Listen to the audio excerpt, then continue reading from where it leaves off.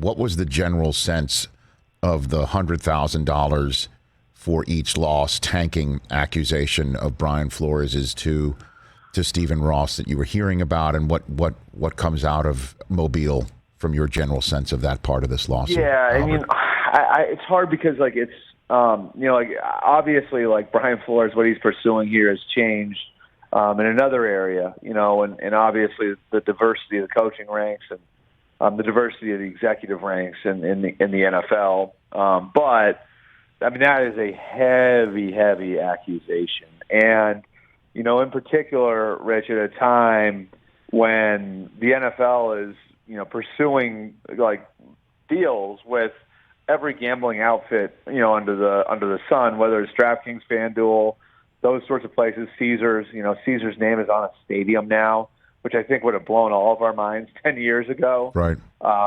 It's just, I mean, and then like they're going to have in-stadium betting, I think, relatively soon, where you're going to be able to like prop bet on individual plays. The fact that the NFL has sort of gone all in on this now, and now you have a case like this come up. I mean, I think this is like Shoeless Joe. You know what I mean? If this is true. And so, I think the NFL knows that this accusation needs to be investigated and investigated very, very thoroughly. And the hard thing is going to be, if there isn't a paper trail, then how do you prove it? Like, how do you prove if Stephen Ross said that? And I don't think Brian Flores would lie, but if Stephen Ross said that to somebody, how do you prove he wasn't joking about it? Because tanking was a subject of discussion like that entire year in Miami. And you can remember they were building up draft picks, building up cap space, building a treasure chest of assets, and trading away guys like Laramie Tunsil and Minka Fitzpatrick and Robert Quinn and Ryan Tannehill. And so, I think that the interesting thing here is going to be whether or not the NFL can find any sort of smoking gun that shows that this was a real thing and this wasn't something that was just part of banter inside the building.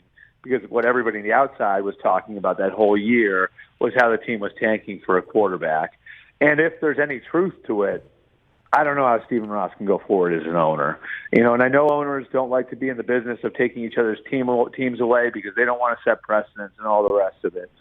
But, I don't know how you have, an owner, you allow an owner to go forward if he is literally fixing the outcomes of games and doing it at a time when the integrity of the game needs to be tied up at the highest level because you're pursuing all of these deals with all of these different gambling outfits. And then what are you hearing about others joining Brian Flores? I mean, it's a class action lawsuit right now, other than Hugh Jackson raising his hand at Grambling and saying, well, there were a bunch of plans that Jimmy Haslam and the Cleveland Browns had that smacked of not trying in years 1 and 2.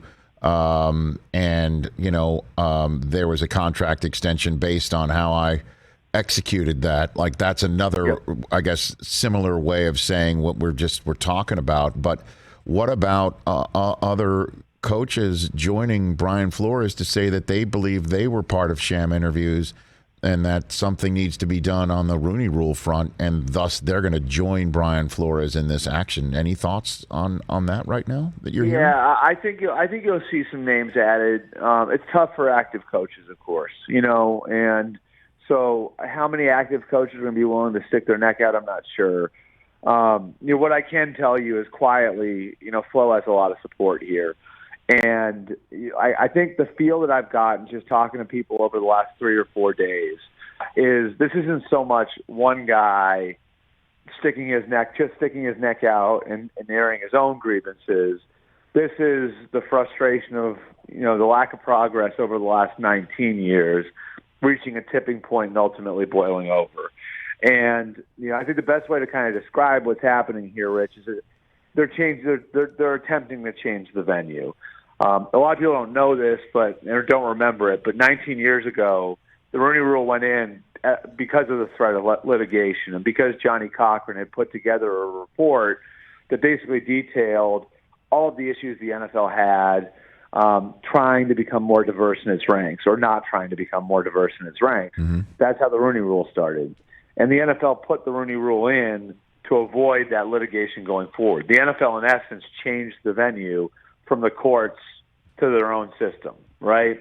And so now what Brian Flores and other people supporting him are trying to do is they're saying the NFL system doesn't work, so we're going to change the venue back from the NFL system to the courts in order to put pressure on the owners and put pressure on the league to try to create some sort of change. And in that way, Rich, it's not that different than the concussion lawsuit, because the concussion lawsuit was sort of born of frustration that the league wouldn't, like the league and the owners weren't going to concede there was a problem, weren't going to do enough to create change in those guys' lives.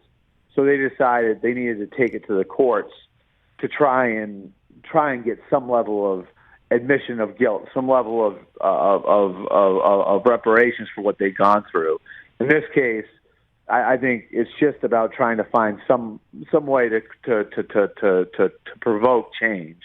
And again, I think that they feel like the Rooney Rule. This isn't this isn't for any lack of effort by the league office, because the league office has tried, but it's more so just there not being enough change in the way the hiring practices have worked, on the part of the owners. And so their hope is that this will put pressure on the owners and maybe create real change, because change inside the NFL system hasn't worked. Or diversity amongst ownership. Right. and I know the Denver Broncos are up for sale. Maybe that could be a start right there. Hey, you watched all the way to the end. Thanks for that. Watch more right here.